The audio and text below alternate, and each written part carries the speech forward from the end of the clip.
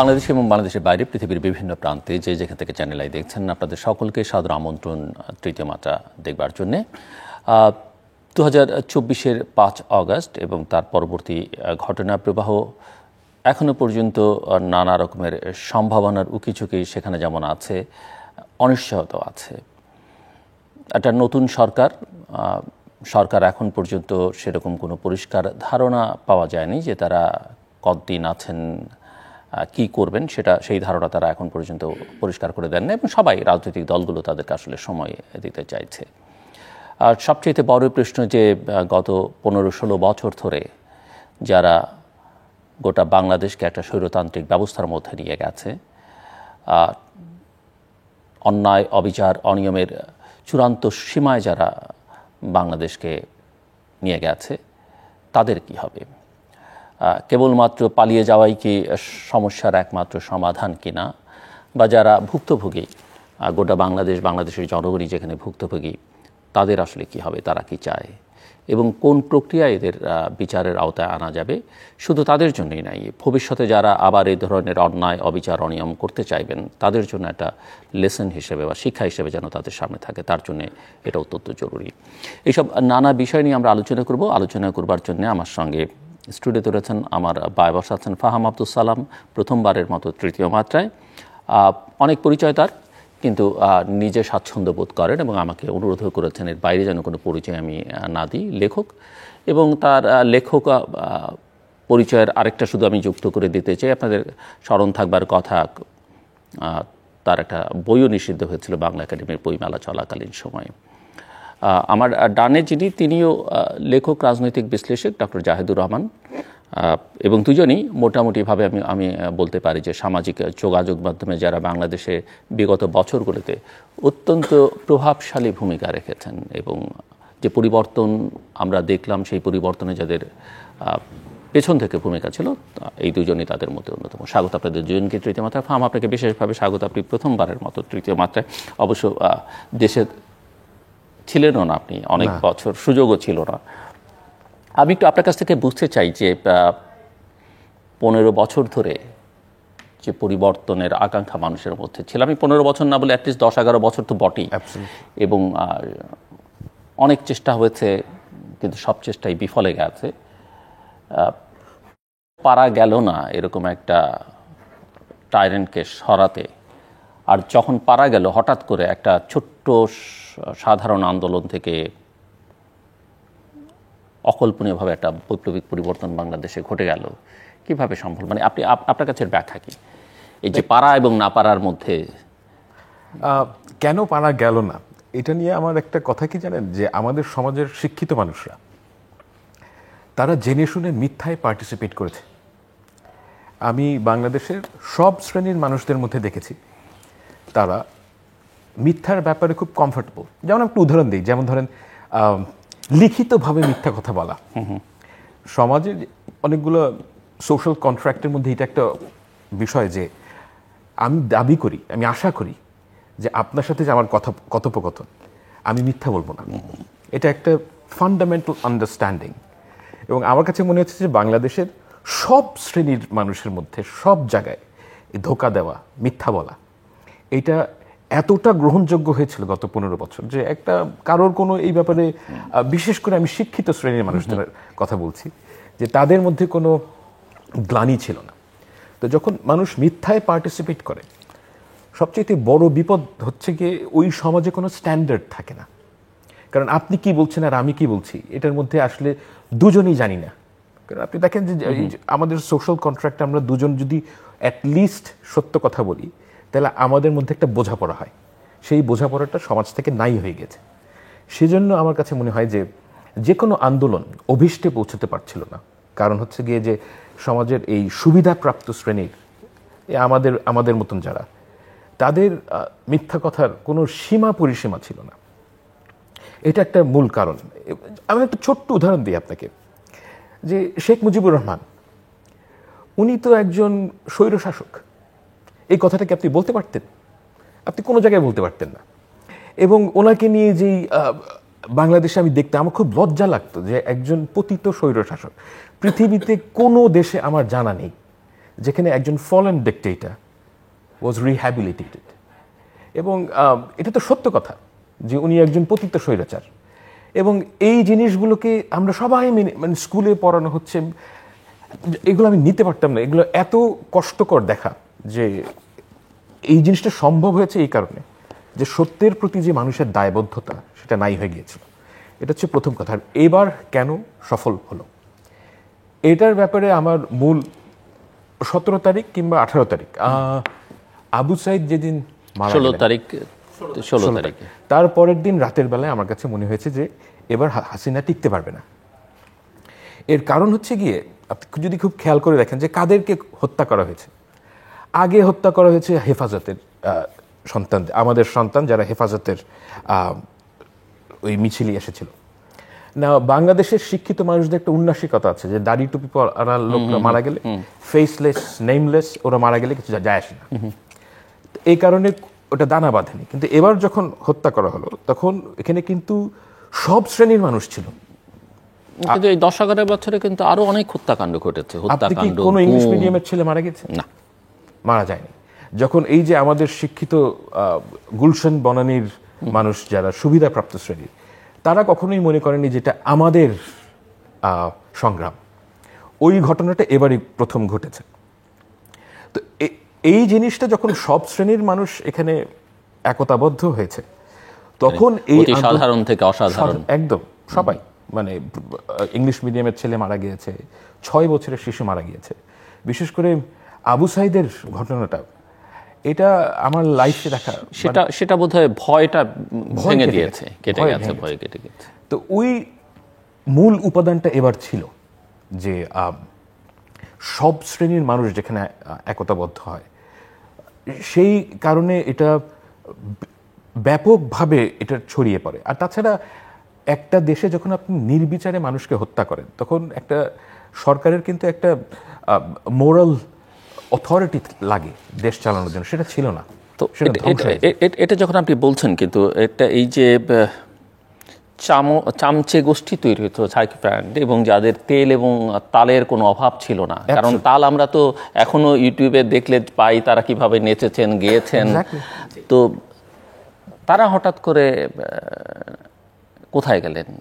লুকিয়ে আছে। তারা তো বলছিলেন যে কেউ তো, এই যে ব্যবসায়ীদের মধ্যে একজন তো বললেনই যে মৃত্যুর পরেও আমরা আপনার সঙ্গে থাকবো। ওগুলো বাংলাদেশের মানুষ কত কথা বলে, ওগুলো বিশ্বাস করার কোনো কারণ নাই, কারণ সারা তো মিথ্যায় অভ্যস্ত। তারা তখনও যেটা বলেছিল সেটা মিথ্যা, এখনও যেটা বলবে সেটাও মিথ্যা।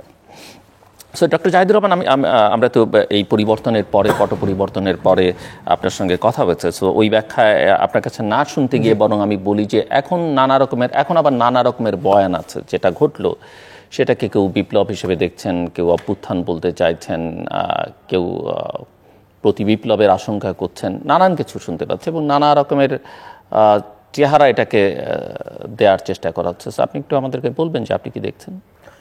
ধন্যবাদ। দুটো কথাই প্রচলিত আছে, এটা গণ অভ্যুত্থান নাকি এটা বিপ্লব।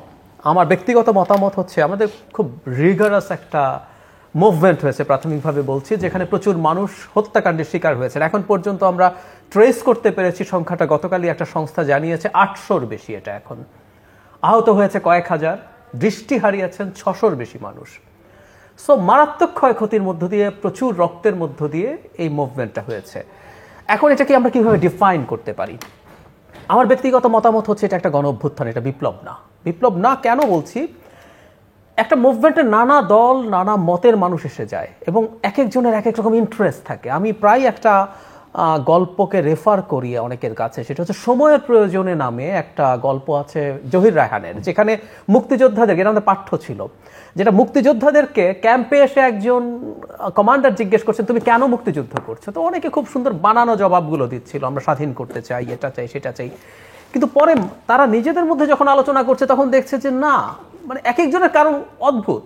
মানে ওর পাড়ায় একটা মাস্তান আছে, ওই মাস্তানের পাছায় লাথি দেওয়ার জন্য, একদম এই ভাষায় লেখা আছে আমি করতে চাই। ওর মা বোনদেরকে টর্চার করেছে, ও কিন্তু স্বাধীনতা ব্রডার পার্সপেক্টিভে কিছু বোঝে না, ও ওটার জন্য এসছে। একটা মুভমেন্টে নানান রকম মানুষ আসবে, এর মধ্যে বিপ্লবের স্বপ্ন দেখা মানুষও থাকতে পারে। কিন্তু মোটা দাগে আসলে আমরা কি চেয়েছিলাম, বা শেখ হাসিনার উপরে আমাদের ক্ষোভের জায়গাটা কি ছিল? আমরা কি শেখ হাসিনাকে সরিয়ে পুরো সিস্টেমটা, আমাদের অর্থনৈতিক, সামাজিক, রাজনৈতিক সিস্টেম পাল্টাতে চেয়েছি? উত্তর হচ্ছে না। আমরা একই বুর্জোয়া যে ডেমোক্রেটিক সিস্টেম আছে আমরা সেটাই চেয়েছি, মোটা দাগের কথা বলছি, আমি এক্সেপশনের কথা বলছি না। আমাদের অভিযোগ কি ছিল? অভিযোগ হচ্ছে সিস্টেমটাকে ম্যানিপুলেট করা হচ্ছে। আমরা ভোট দিতে চেয়েছিলাম, ভোট দিতে পারছি না।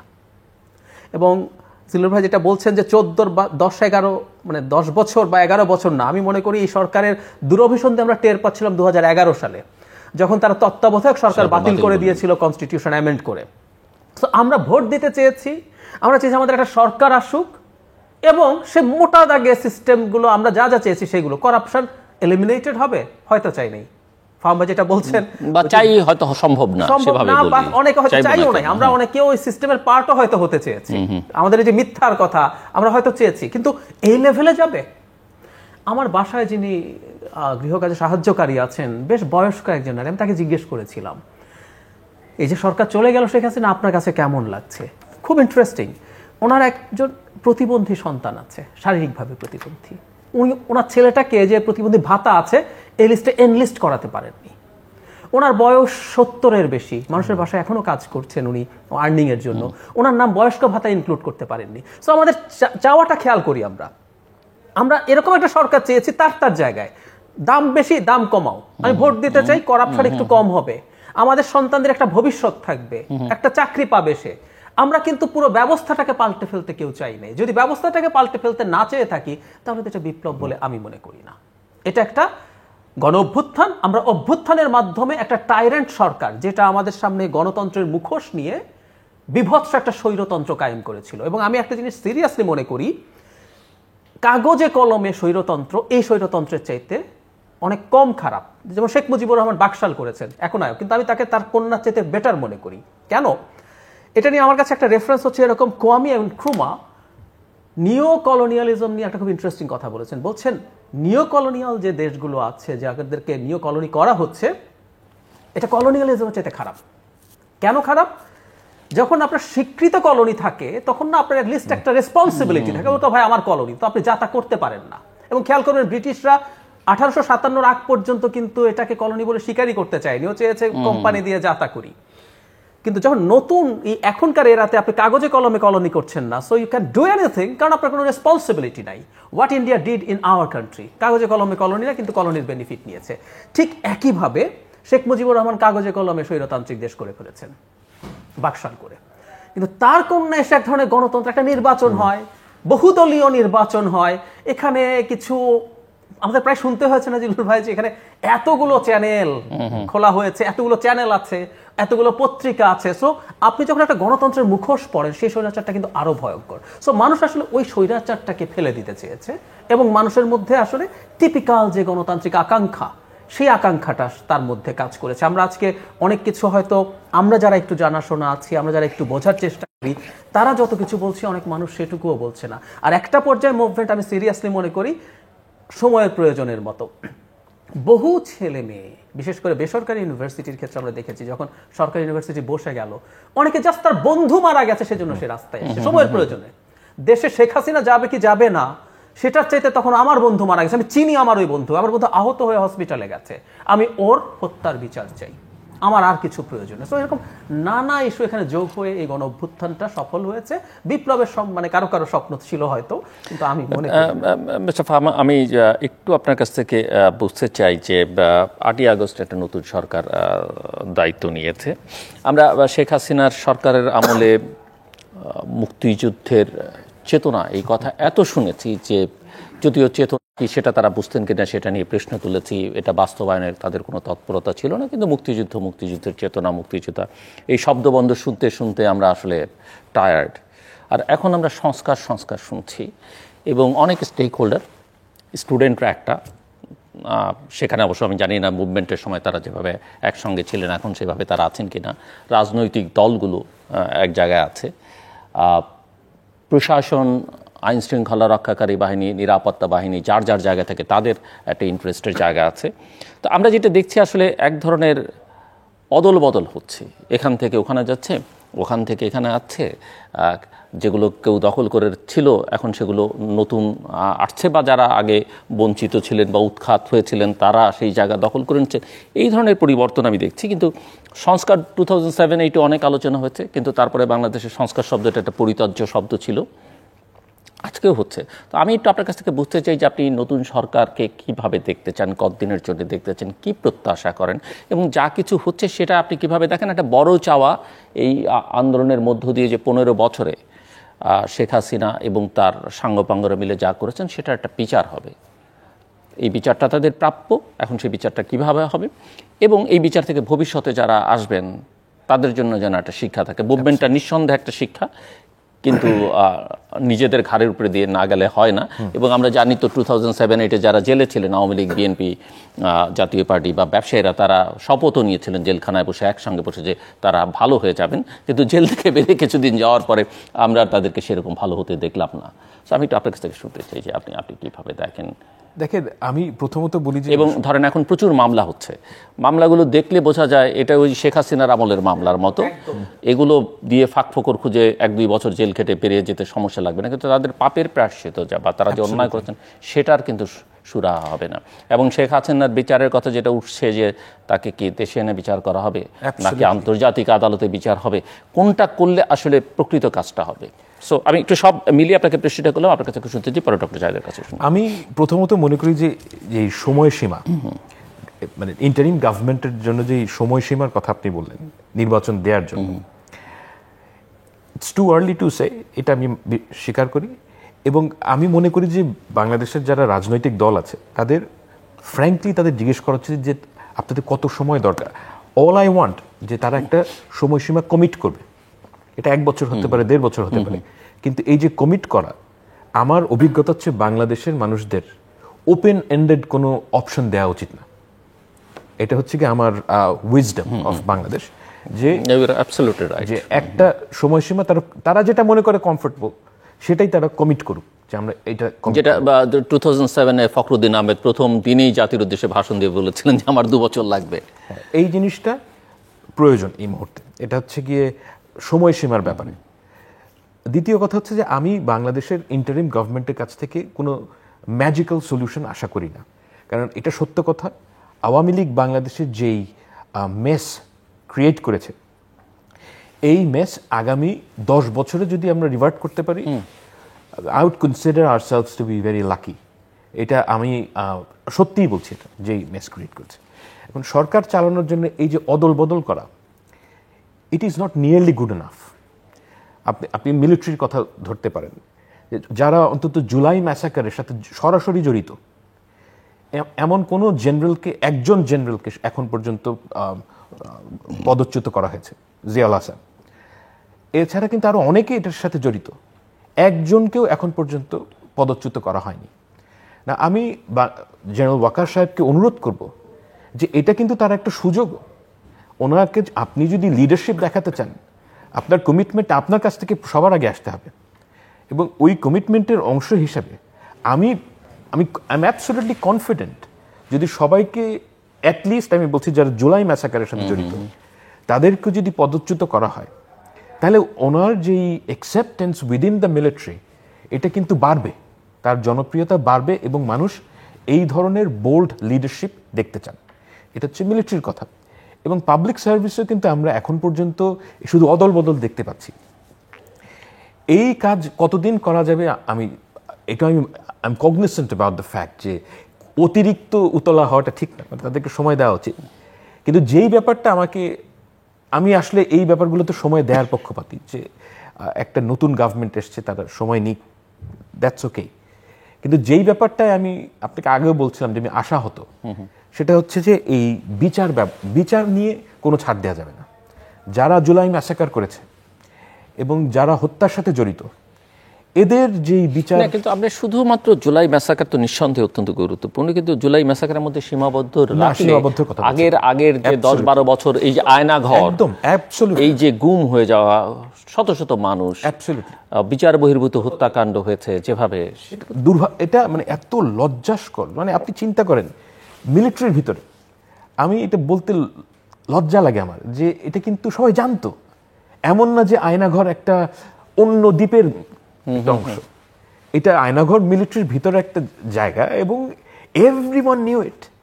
নাও আপনি চিন্তা করেন brigadier general Azmi, you don't treat it your own people like this. মানে আমি অন্যদের কথা বাদই দিলাম, যে আপনার মিলিটারির মানুষ তার উপর এরকম অত্যাচার আপনার করেছেন 8 বছর, এবং আপনারা সবাই জানতেন, এই যত জেনারেল আছে সবাই জানতেন এটা, তারা কি করেছেন। They were party to it in some wedge.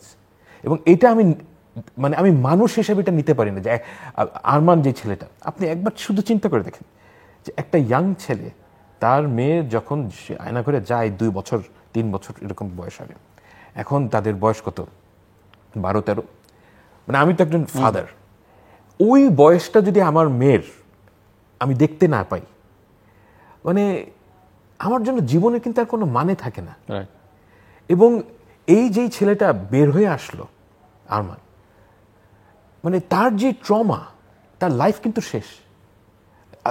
You like it or not, তার যে ট্রমা, তার যে দুঃখ, তার স্ত্রীর যেই দুঃখ, এইটা সারা জীবনেও মানে এটার কোনো সমাধান হবে না।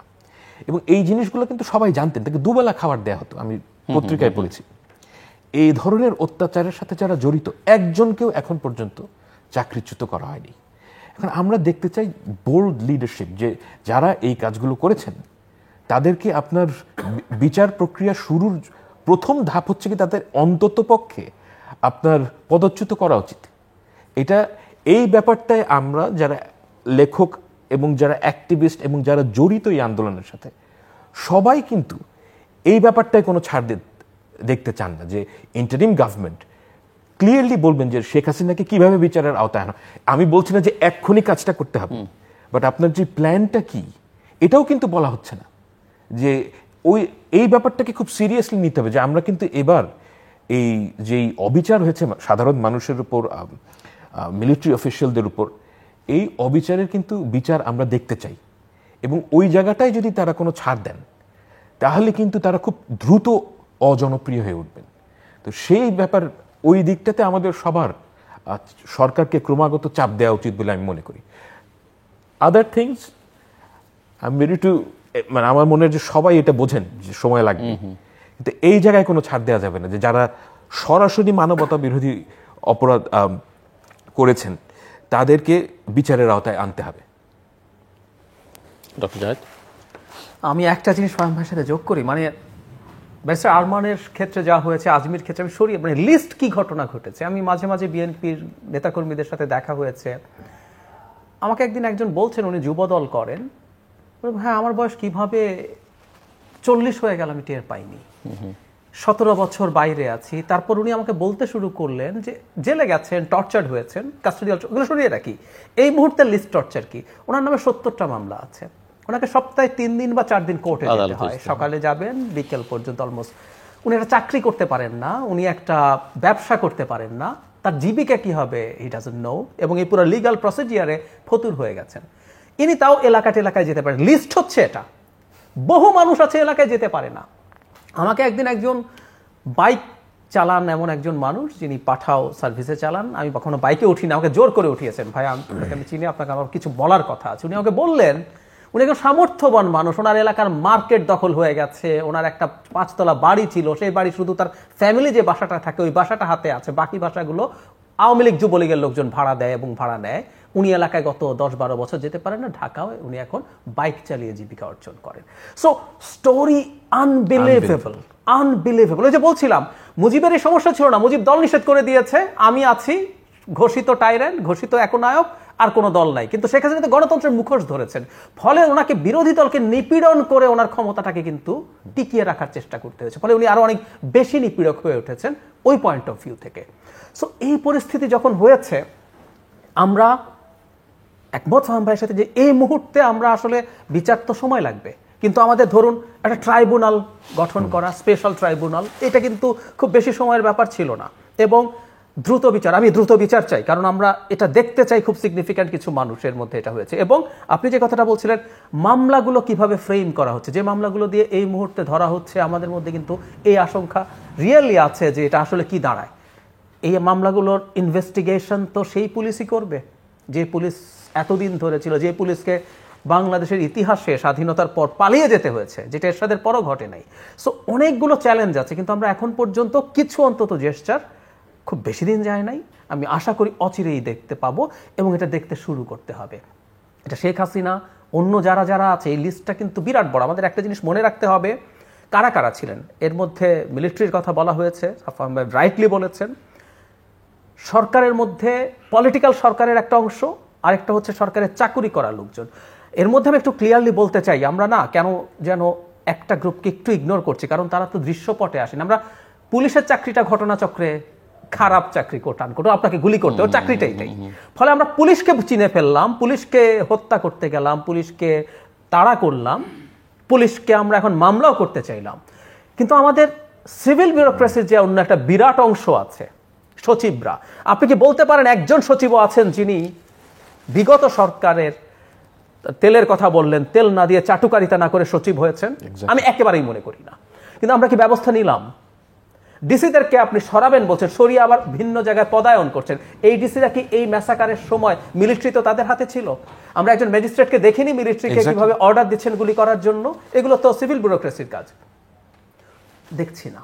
আমাদের যে বিরাট লুটপাট হয়েছে, মতিউরকে দিয়ে দেখিনি আমাদের এনবিআর এ কি হয়েছে, আমাদের ট্যাক্সে কি হয়, আমাদের ইনকাম ট্যাক্সে কি হচ্ছে না, বিভিন্ন জায়গায় কিন্তু এই লোকজন আছে। প্রত্যেকটা জায়গা থেকে আপনি সিগনিফিক্যান্ট যাদেরটা বেরিয়েছে, শুধু না, আপনি কিছু বের করবেন। ম্যাসাকার তো বটেই, এই দেশটাকে স্ট্রাকচারালি ভেঙে ফেলার আরেকটা জায়গা আমি একটু উল্লেখ করতে চাই, হুইচ ইজ ভেরি ইম্পর্টেন্ট। এই টাইরানি, এই জায়গায় যাওয়ার পেছনে বিচার বিভাগের একটা বিরাট রোল আছে।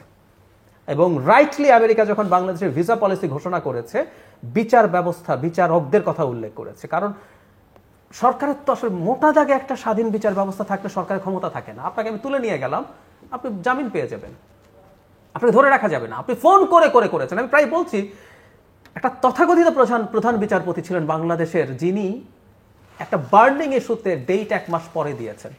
অবশ্যই ইদানিং মনে হয় যে 1 মাস পরে দেওয়াটা ভালোই হয়েছে।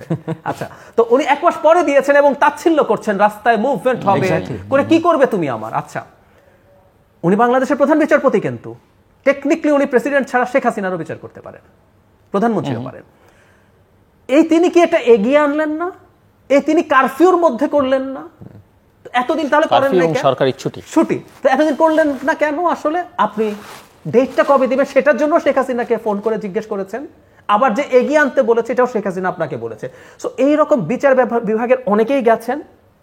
হাইকোর্টে এখনো যারা আছে, একটা সিরিয়াস স্ক্রুটিনি করা দরকার। আমাদের লোয়ার জুডিশিয়ারি তো কারা এই ধরনের আছে সেটা দেখা দরকার। আমাদের কি মনে আছে না, একজন লোয়ার জুডিশিয়ারি বিচারক তারেক রহমানকে একটা মামলায় খালাস দিয়েছিলেন? হ্যাঁ, এক্স্যাক্টলি। তারপর কি হয়েছিল? আরো দুটো কমিউনিটি অনেকেই বলেন যে এগুলো খুব আলোচনার দাবি রাখে, সেটা হচ্ছে বিজনেস কমিউনিটি এবং মিডিয়া। একদম, আমি আসছি। মানে বিজনেস কমিউনিটি তো বাংলাদেশকে শেষ পর্যন্ত, আপনি তো আসলে একটা, আপনি এভাবে ক্ষমতায় থাকলে এটা অলিগার্কিতে পরিণত হওয়া ইজ ডেস্টিনড, আপনি পারবেন না এটা ছাড়া। So it became an oligarchy, এবং এরাই কবরের পরে যাবো টাবো বলে তারা তাদের বেনিফিট তৈরি করে বাংলাদেশের বিভিন্ন সেক্টর তাদের হাতে দিয়ে হয়েছে, এটাও আনতে হবে। মিডিয়ার ক্ষেত্রে আমি একটা জিনিস একটু উল্লেখ করতে চাই, সেটা হচ্ছে মিডিয়ার চরিত্রগতভাবে যেটা করেছে, অনেকগুলো হয়তো ক্রিমিনাল অফেন্স না, কিন্তু মিডিয়ার মানুষজন, এই যে তথাকথিত একটা প্রেস কনফারেন্সের নামে যা হতো, আমি একটু নামই বলে ফেলি, একজন সাংবাদিক এই আজই আটক হয়েছেন, খুবই আলোচিত সাংবাদিক একটা টিভি চ্যানেলের। তো কি করেছেন, কি প্রশ্ন করেন, এটা হয়তো আমাদের একটা একাডেমিক আলোচনার জায়গায় থাকবে। আমি মনে করি এটা কিন্তু আমাদের ইতিহাসের অংশ।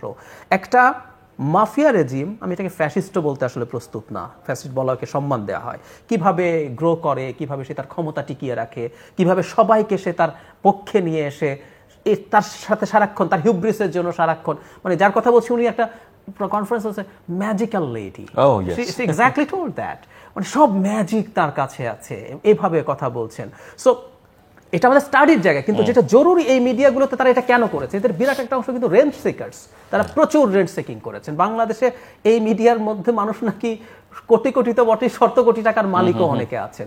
সুতরাং এই করার তো উদ্দেশ্য আছে। সুতরাং আমাদেরকে এই ব্যাপারগুলো যোগ করা দরকার এবং তাদেরকে এই অপরাধগুলোর জন্য বিচারের আওতায় আনা দরকার। সব কিছু হবে। ইনফ্যাক্ট আপনি যখন একটা গণতন্ত্রের সাথে স্বৈরতন্ত্রের ডিফারেন্স, গণতন্ত্র মানে কি? গণতন্ত্র মানে হচ্ছে একটা স্টেটে সেপারেশন অফ পাওয়ার থাকবে, 3টা উইং থাকবে, বিচার বিভাগ থাকবে, শাসন বিভাগ থাকবে, আইন বিভাগ থাকবে, এই তো।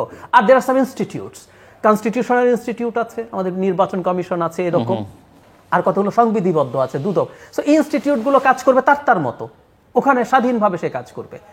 আপনি যখন স্বৈরাচার হন, আপনি সবগুলোকে তালগোল পাকিয়ে একটা কিছু বানিয়ে ফেলেন, যেটা আসলে সেই ম্যাগনা কার্টার আগে কি ছিল, এক রাজা আইন তৈরি করতেন, রাজা আইন ধরে আনতেন, রাজা বিচার করতেন, সবকিছু রাজা করতেন।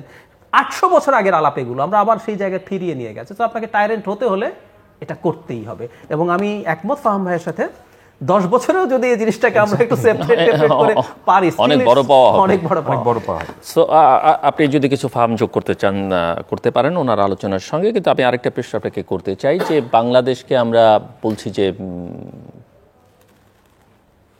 পলিটিসাইজ করে ফেলা হয়েছে, বিভাজনের রাজনীতি, দেশটা দুভাগে বিভক্ত হয়েছে, প্রধান দুটো দল সেটা করেছে। এবং এই ঘটনাবলীর পরে দেখলাম আমরা, বা এর আগেরও নানান ইনসিডেন্ট রয়েছে, যে বাংলাদেশের সকল নাগরিক আসলে এক হয়ে কখনো দাঁড়াতে পারেন না কোনো পরিস্থিতি। এই ঘটনার পরে দেখলাম আমরা যে আমাদের যারা হিন্দু কমিউনিটি তারা এখানে নিরাপদ বোধ করছেন না, তাদের কিছু প্রোটেস্ট আমরা দেখলাম। আমরা ভারতীয় গণমাধ্যমে, মেইন স্ট্রিম মিডিয়া এবং সোশ্যাল মিডিয়াতে কিছু ক্যাম্পেইন দেখলাম, ভারতীয় প্রধানমন্ত্রীর উদ্বেগ দেখলাম, এবং আমি আপনার একটা ভিডিও দেখলাম যেখানে আপনি বলেছেন যে আসলে হিন্দু কমিউনিটির অ্যাটিটিউডটা কী হওয়া উচিত এবং তাদের বোঝা উচিত আসলে কি, কোথায় যাদের চিন্তার জগতের সমস্যাটা।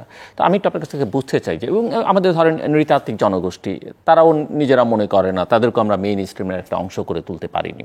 অন্যান্য ধর্মের ক্ষেত্রেও এটা বলা যেতে পারে। এবং একথাও ঠিক যে আওয়ামী লীগ ক্ষমতায় থেকে তাদেরকে ব্যবহার করেছে, তাদের উপরে তারা অত্যাচার নিপীড়ন করেছে, যারা নিপীড়িত হয়েছে তারা অভিযোগের তীরটা আওয়ামী লীগের দিকে তুলতে পারেনি। আওয়ামী লীগ বলেছে এটা এ করেছে, ওটা ও করেছে, কিন্তু একটি ঘটনারও তদন্ত বা বিচার তারা করতে পারেনি। সো আমি একটু শুনছি আপনি দেখেন, এটা একটা ডিপলি ফিলসফিক্যাল কোয়েশ্চেন। যে ধরেন আমি একজন হিন্দু, আলোচনার জন্য বলছি, যে আমি কে এবং উনি একজন মুসলমান কিংবা আপনি একজন মুসলমান, আমি কে এবং আমার সাথে আপনার রিলেশনশিপটা কিভাবে তৈরি হবে, এটা একটা খুব সমাজের মধ্যে একটা খুব গুরুত্বপূর্ণ প্রশ্ন, যে আমাদের রিলেশনশিপটা কিভাবে তৈরি হবে। আমাদের যেই এক্সিস্টিং প্যারাডাইম, অর্থাৎ বাংলাদেশের শিক্ষিত মানুষদের যেই ধারণা, সেটা হচ্ছে গিয়ে আমি যদি হিন্দু হই এবং আপনি যদি মুসলমান হন, আমাদের যেই ভালোবাসার অজুহাত কিংবা আমাদের যে ভিতর যেই একটা সম্পর্কের অজুহাত, সেই জায়গাটা হচ্ছে কি একটা ধর্মনিরপেক্ষ জায়গা।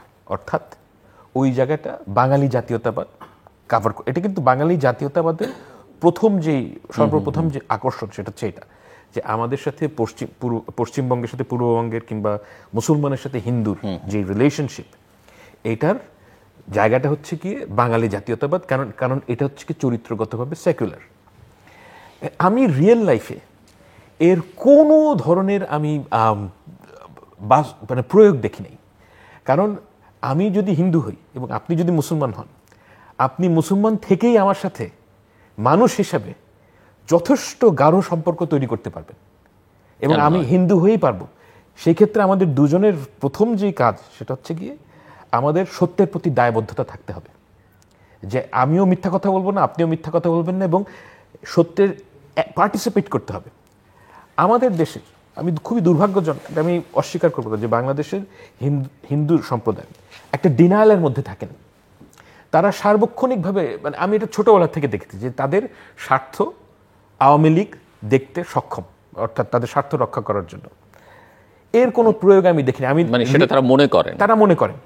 রিয়েল লাইফে আমি যেটা দেখেছি, যে তাদের স্বার্থ আওয়ামী লীগ আমলে, মানে আমি ধনী আরবান হিন্দু ক্লাসের কথা বলছি না, এর বাইরে তো একটা বিশাল হিন্দু সম্প্রদায় আছে, তাদের যেই স্বার্থ, সেটা কখনোই আওয়ামী লীগ আমলে দেখা হয় না। তাদের জমি ঘরবাড়ি লুটপাট হয়, তাদের নানা ধরনের সমস্যায় তারা পড়েন। আমার কাছে মনে হয় যে আপনি একজন গর্বিত হিন্দু হিসেবে বাংলাদেশে পার্টিসিপেট করবেন, আমার থেকে আপনার অধিকার 1 ইঞ্চি কম না। আই বিলিভ ইট, এবং তাদেরও এটা বিলিভ করতে হবে। কিন্তু এই বিলিফে আসার জন্য আপনার মিথ্যাকে রিজেক্ট করতে হবে। এবং আমি খুবই দুঃখিত যে আমি বাংলাদেশের হিন্দু সম্প্রদায়ের বিশাল অংশের মধ্যে এই যে অনেস্টি এটা দেখি নাই। তার মানে এই না যে মুসলমান সম্প্রদায় খুব অনেস্ট, সেটা আমি বলছি না। কিন্তু একটা ব্যাপার খুব জরুরি ভাইয়া, যে আমাদের সাথে একজন হিন্দু হিসেবে একজন মুসলমানের সাথে যে সম্পর্ক, এই সম্পর্ক অনারের ভিত্তিতে হওয়া উচিত। বাঙালি জাতীয়তাবাদ ফেল করেছে গত 15 বছর, হচ্ছে তার সবচাইতে বড় প্রমাণ যে বাঙালি জাতীয়তাবাদ কি আপনাকে দিতে পেরেছে। প্রতিটা জায়গায় দুর্নীতি, একটা তৃতীয় শ্রেণীর শিক্ষা ব্যবস্থা, আপনার সমাজের যেই ট্রাস্ট ভেঙে পড়েছে, একদম কমপ্লিটলি ভেঙে পড়েছে। এগুলো রিবিল্ড করতে হলে আমি কখনোই আশা করি না যে একজন হিন্দু ভদ্রলোক কিংবা ভদ্রমহিলা ঠাস করে গিয়ে বিএনপিকে ভোট দিবেন, কিংবা এটা আমি মনে করি না। তারা তাদের নিজেদের দল করুন। আমি আই ফুলি সাপোর্ট একটা ডেমোক্রেটিক স্পেস। মুসলিমরা করতে পারলে ধর্মভিত্তিক তারা পারবেন না কেন? অবশ্যই তারা করতে পারবেন, এবং অন্য বহু দেশেই আছে। অ্যাবসলিউটলি। কিন্তু এইটা যদি আপনি ডিনায়ালের ভিত্তিতে করেন, আমার মনে হয় না যে এটা কোনোদিন কাজে দেবে। এটা হচ্ছে কি আমার ধারণা যে বাংলাদেশের মুসলমান এবং হিন্দুর যেই সম্পর্ক, এটা হিন্দু হিন্দু হিসেবেই এবং মুসলমান মুসলমান হিসেবে এটা যথেষ্ট ভালো সম্পর্ক। মানে এখানে বাঙালি পরিচয় দিয়ে এক হওয়ার প্রয়োজন পড়ে না। আমি কোনো প্রয়োজন দেখি না, কারণ এটা কোনো রেলেভেন্স আমি দেখি না। যে আমি আমার নিজের চোখে যা দেখেছি সেটা হচ্ছে যে বাঙালি জাতীয়তাবাদ এই যে সম্পর্ক, এটা গাঢ় করতে পারে নাই হিন্দুর সাথে মুসলমানের সম্পর্ক। অন্য কিছু ট্রাই করা উচিত। যে আমি ব্যক্তিগতভাবে মনে করি যে আপনি একজন অনারেবল হিউম্যান বিইং হিসেবে এবং আমি একজন অনারেবল হিউম্যান বিইং হিসেবে খুব ভালো ইন্টারঅ্যাক্ট করতে পারি। এবং আমার ব্যক্তিগতভাবে কোনো সন্দেহ নাই যে সাম্প্রদায়িক সম্প্রীতি এই জিনিসটা সৃষ্টি হয় বেসিক্যালি রুল অফ ল থাকলে। এটা মানুষের বেসিক নেচার। এখানে যদি রুল অফ ল থাকে তাহলে মানুষের মধ্যে, হিন্দু মুসলমান আদিবাসী সবার মধ্যে সাম্প্রদায়িক সম্প্রীতি এমনিতেই তৈরি হবে। এই প্রতিভা মানুষ সাথে নিয়েই জন্ম নেয়, এবং ওই জায়গাটা আমাদের বরঞ্চ জোর দেওয়া উচিত যে রুল অফ ল এই দেশে আছে কিনা। এবং হিন্দু সম্প্রদায়ের সঙ্গে বৈঠকে প্রফেসর মোহাম্মদ ইউনূসও একই কথা বলেছেন, যে আপনি যে কথা বললেন যে রুল অফ লটাই আসলে নিশ্চিত করবে আপনার অধিকার। ডক্টর চাহিদা, আমি একটু আপনার কাছ থেকে যদি আপনি এখানেও কিছু নিজে যোগ করতে চান, যোগ করতে পারেন। ভারতের সঙ্গে আসলে বাংলাদেশের সম্পর্কটা কি হবে, সরকারগুলো কি করবে, এটা নিয়ে রাজনৈতিক দলগুলোর মধ্যে আমরা অনেক সময় ডিলেমা দেখতে পাই। আওয়ামী লীগের অবস্থান তো পরিষ্কার, সেটা তো তারা খোলামেলা, এখানে কোনো রাগঢাক তারা করেননি। অন্তত এক জায়গায় ওই কৃতিত্বটা তাদেরকে দিতে হবে। বা কিন্তু বিএনপি সহ অন্যদের মধ্যে এটা নিয়ে এক ধরনের, আমার কাছে মনে হয় যে সবসময় দ্বিধা কাজ করে। আসলে কি হওয়া উচিত আইডিয়াল সিচুয়েশনে? ধন্যবাদ। হিন্দুদের প্রসঙ্গে দু একটা কথা একটু। প্রথম, বাঙালি, মানে আমি খুব ব্যক্তিগতভাবে রাষ্ট্রীয় পর্যায়ে আপনি যখনই একটা আইডেন্টিটি এনে, আইডেন্টিটি পলিটিক্স বলি আমরা, আইডেন্টিটি পলিটিক্সের সুবিধা আছে, মানুষকে একসাথে একত্র করে ফেলা যায় সহজে। আপনি তো পাকিস্তানের বিরুদ্ধে যুদ্ধ করতে চান, তো পাকিস্তানও কিন্তু ভাগ হয়েছিল আইডেন্টিটি দিয়ে, মুসলিম আইডেন্টিটি। তো আপনার তো নতুন রাজনীতি তৈরি করতে হবে। তো আপনি বললেন কি, বুদ্ধি করে বের করলেন, আচ্ছা আমরা মুসলিম কিন্তু আমরা তো বাঙালি, আমি তো তোমার মতো না। সো আপনি আপনার নতুন পলিটিক্স তৈরি করলেন। এটাও শেষ হয় নাই, এরপরে এই পলিটিক্সও হয়েছে আমরা কি বাঙালি মুসলমান না মুসলমান বাঙালি, কোন আইডেন্টিটি আগে। সো আইডেন্টিটি আপনি যখন আনেন, it's a never ending process. কথার কথা, আমরা যদি বাঙালি আইডেন্টিটি দিয়ে হিন্দু মুসলমান একও হতে পারতাম, টেকনিক্যালি বলছি, আমরা কি একটা বিরাট এথনিক গ্রুপকে আদার করে দিচ্ছি না? আমি তো জন্মেছি বড় হয়েছে রাঙামাটি জেলায়। আমি তো, আমার চাকমা মারমা বন্ধুরা ছিল, ত্রিপুরা বন্ধু ছিল, আমি ওদের সাথে বেড়ে উঠেছি। আমি তো চোখে, আমি তো, অনেকে হয়তো দেখেননি, অনেকে মেশেননি, আমি তো মিশে এসেছি। আমাদের সমতলে গারো সাঁওতালরা আছেন, তো আমরা তো ওদেরকে আদার করছি। সুতরাং এটা করা যাবে না, কোনো না কোনো একটা ঝামেলা আপনি বের করবেন। রুয়ান্ডাতে হুতু টুটসি দুটোই ব্ল্যাক, দুটোই খ্রিস্টান। পরে দেখা গেল তাদের যে এথনিসিটি ডিফারেন্ট বলা হয়েছে, এটাও ভুল, কিন্তু এই পারসেপশন থেকে দুই গ্রুপকে কচুকাটা করলো 3 মাসে 1 মিলিয়ন মানুষ। সো আইডেন্টিটি আনার প্রবলেম আছে, এটা শেষ হবে না। এটা ইভেন আপনি, ঠিক আছে মুসলিম আইডেন্টিটি, আপনি দেখবেন এরপর মুসলিম ইসলাম ধর্মের মধ্যে নানান ডিভাইডেশন তৈরি হয়েছে। আমাদের দেশে চ্যানেল আইতে একসময় প্রোগ্রাম করতেন, কাফেলা প্রোগ্রাম করতেন মিস্টার ফারুকি, তাকে কিন্তু আরেকটা মুসলিম গ্রুপ হত্যা করেছে, কারণ তারা তাকে মুসলিম মনে করছেন না।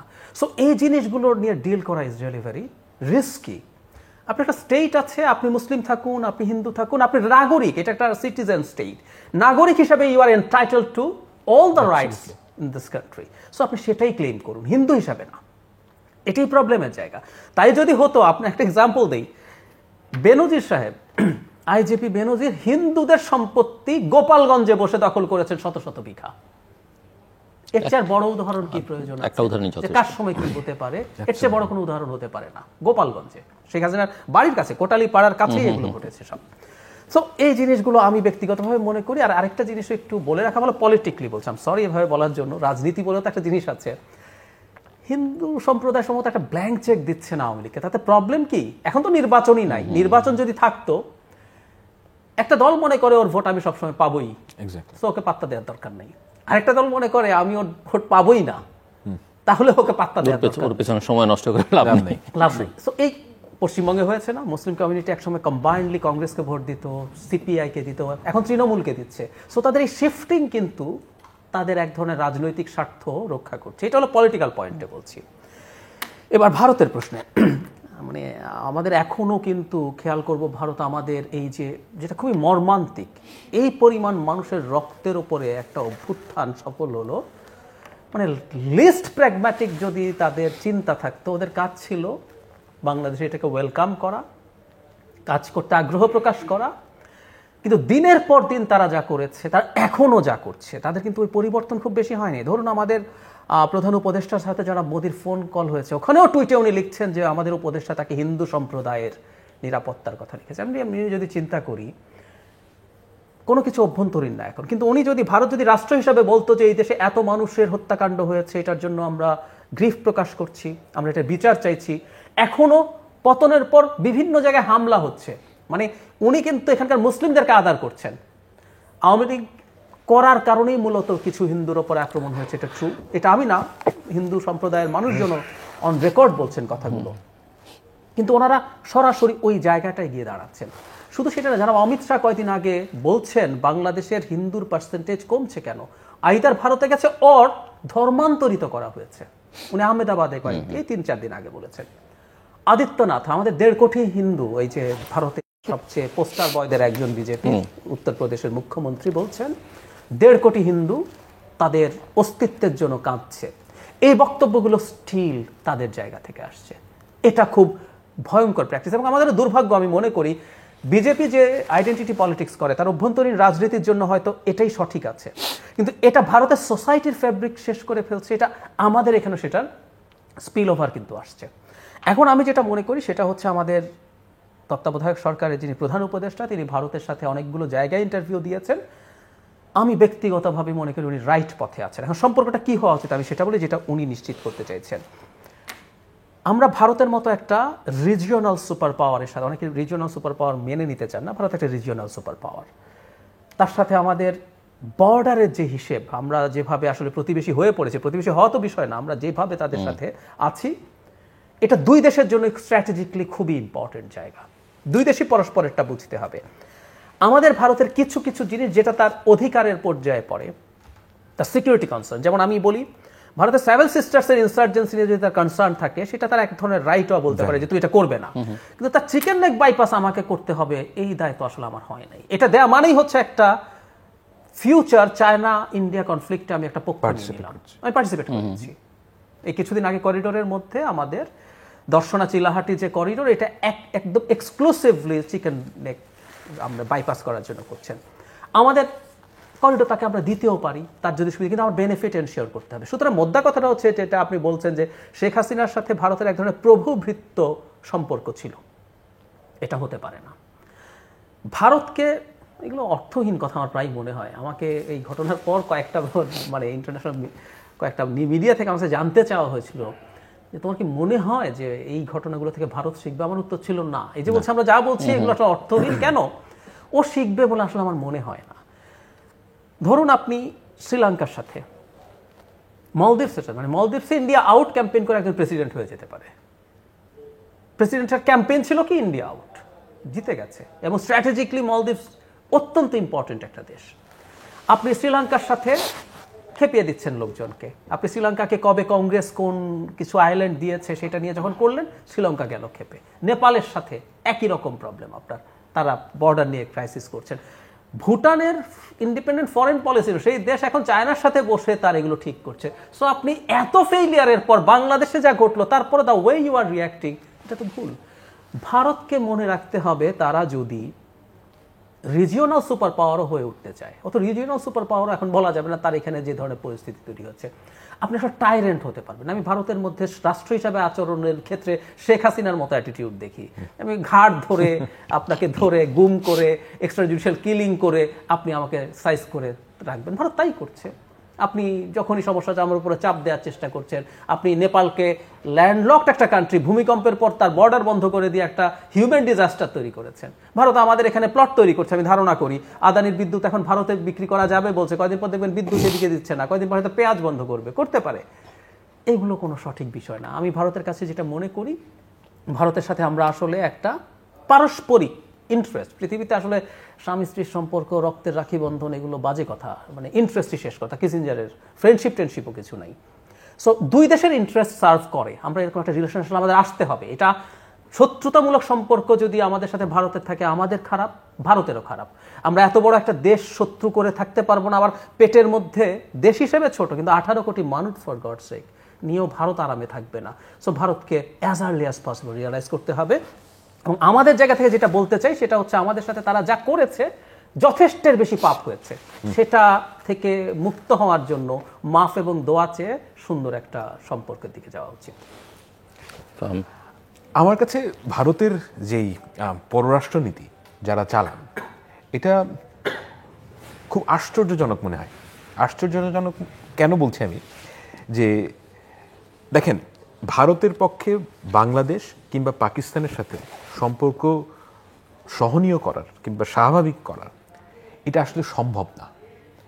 এটা আমি কেন বলি, যে ভারতের যে internal politics, it is dependent on vilifying the Muslims, যে মুসলমানরা বহিরাগত, তারা সব শেষ করে ফেলছে, এটা হচ্ছে তাদের ইন্টারনাল পলিটিক্সের ন্যারেটিভ। এবং এই ন্যারেটিভ যারা পেডল করে, তারাই কিন্তু পাবলিক সার্ভিসে সবসময় উপরে ওঠে। কারণ পাবলিক সার্ভিস হচ্ছে গিয়ে কখনোই রিয়ালিটির সাথে জড়িত থাকে না। পাবলিক সার্ভিসের মধ্যে একটা ডগমা থাকে, যে আপনি within the public service there is a dogma, এই ডগমা দিয়ে আপনি প্রমোশন পাবেন। এবং ভারতের যে ঘটনাটা ঘটেছে বলে আমার কাছে মনে হয়, সেটা হচ্ছে তারা যাদের পলিসি মেকার্স, তাদের যে ignorance about Bangladesh, this is unbelievable.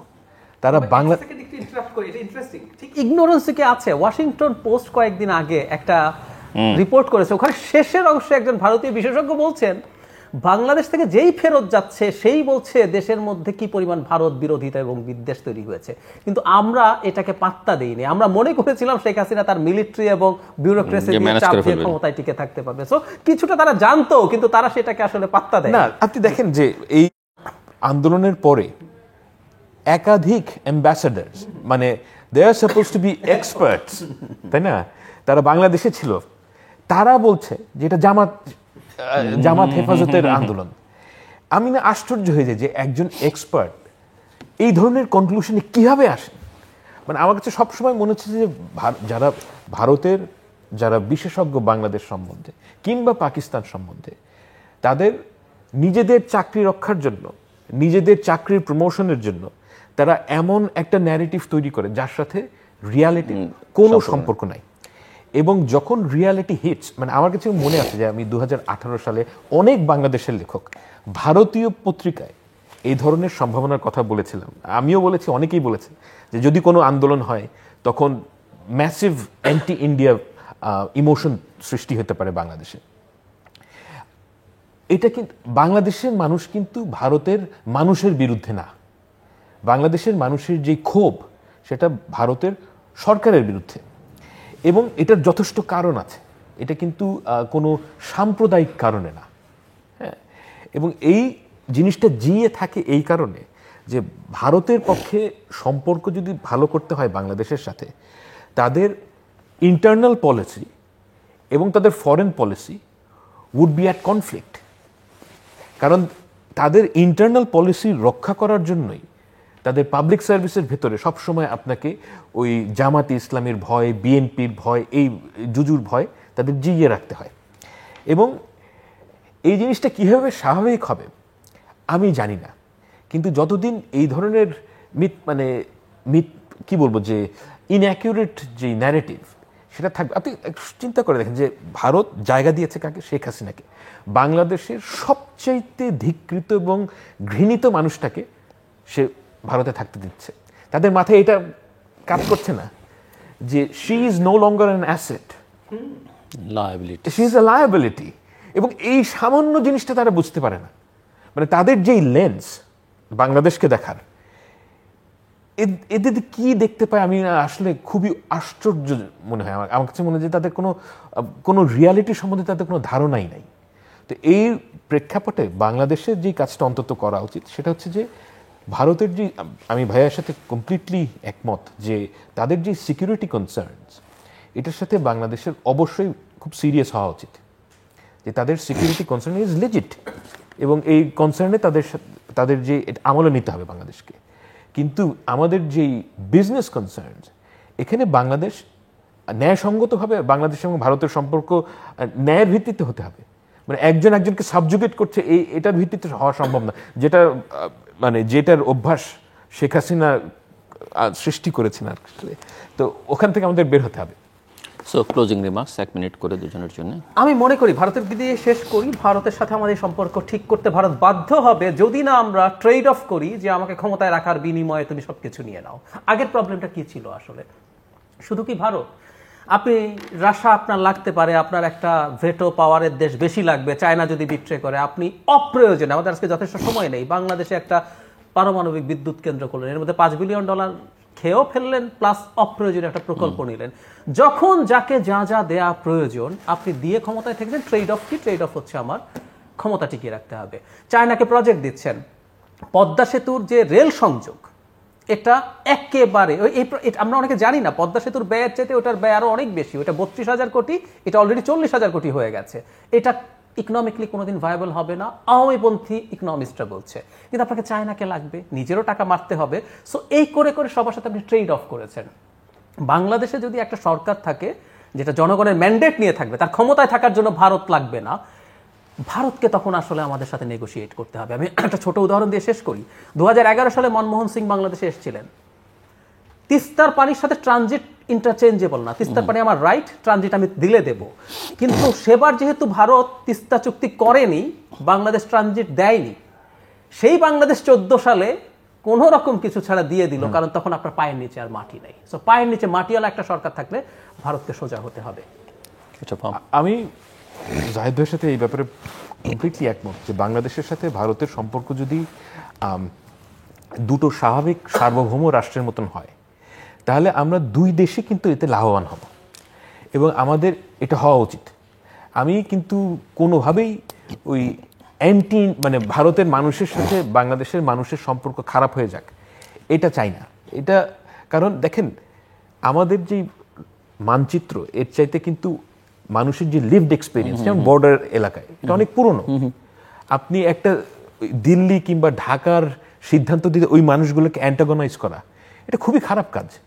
হ্যাঁ, তো ওই মানুষের যে স্বাভাবিক সম্পর্ক সেটা থাকা উচিত এবং সেই থাকার জন্য এই স্বাভাবিক সম্পর্ক সৃষ্টি করার জন্য ভারত এবং বাংলাদেশ দুই দেশের সরকারকেই রিয়ালিটির প্রতি রেসপন্ড করা উচিত, যে বাস্তবতা কি, অ্যাজ অপোজ টু আমার পাবলিক সার্ভিসের কিছু বুদ্ধিমান কিছু ডক্টরেট তারা কি বলছেন সেটা আমি ইমপ্লিমেন্ট করছি। Real life doesn't work in that way, এবং আজকালকার দিনে তো হয়ই না। আপনার যদি ভারতে যেতে ইচ্ছা করে আপনি যাবেন, ভারতের যারা বাংলাদেশে আসতে ইচ্ছা করবে, পাকিস্তানের সাথে আমাদের সম্পর্ক স্বাভাবিক করা উচিত। যে এই যে আমরা একটা 71 সালের ন্যারেটিভ দিয়ে বিভেদ করে সৃষ্টি করে রেখেছি, এর থেকে আমাদের বের হওয়া উচিত এবং ন্যায়ের ভিত্তিতে এবং মিউচুয়াল রেসপেক্টের ভিত্তিতে আমাদের যদি সম্পর্ক সৃষ্টি করতে পারি, তাহলে এই 3 দেশের মানুষই এতে লাভবান হবে। দর্শক অনুষ্ঠানের শেষ প্রান্তে আমরা সামাজিক যোগাযোগ মাধ্যম ফেসবুক, এক্স এবং ইউটিউবে তৃতীয়মাত্রা লাইভ স্ট্রিম হচ্ছে, আপনারা দেখতে পারেন। টেলিভিশনের পর্দায় দেখতে না পারলে যে কোনো সময় যে কোনো স্থান থেকে ইউটিউবে তৃতীয়মাত্রা চ্যানেলটি সাবস্ক্রাইব করে এই পর্ব বা পুরনো পর্বগুলো আপনারা দেখতে পারেন। ডক্টর জাহিদুর রহমান এবং মিস্টার ফাহাম আব্দুল সালাম, অসংখ্য ধন্যবাদ এই আলোচনা সেবার জন্য। দর্শকরা, বাংলাদেশে তেল, তাল এবং মিথ্যার আধিক্য সবসময় ছিল এবং গত 15 বছরে সেটা আসলে সীমা ছাড়িয়ে গেছে এবং বাংলাদেশকে আসলে সেই জায়গা থেকে মুক্ত করতে হবে এবং এই দায়িত্বটা প্রধানত নিতে হবে যারা রাষ্ট্র পরিচালনার সঙ্গে যুক্ত আছেন এবং ভবিষ্যতে যাবার স্বপ্ন দেখছেন। আস্থার সংকট সর্বত্র, এটাও একটা বড় সংকট বাংলাদেশের জন্য।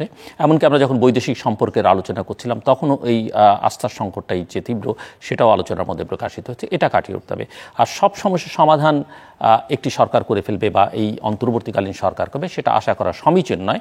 আবার কাউকে একদম ফ্রি লাইসেন্স কোনো সরকারকেই দিয়ে দেওয়া উচিত নয়। জনগণের দিক থেকে এটা সতর্ক থাকতে হবে এবং দেশে আইনের শাসন প্রতিষ্ঠার দিকে মনোযোগ দিতে হবে। এবং সেটা যদি আমরা করতে পারি, ধর্ম, বর্ণ, গোত্র, যে কোনো মানুষ, যে কোনো নাগরিক নিরাপদ বোধ করবেন এই দেশে এবং দেশটিকে নিয়ে আসলে সামনের দিকে এগিয়ে যাওয়ার স্বপ্ন দেখতে পারবেন। আমাদের সঙ্গে থাকবার জন্য অসংখ্য ধন্যবাদ। আপনাদের সবার জন্য শুভকামনা।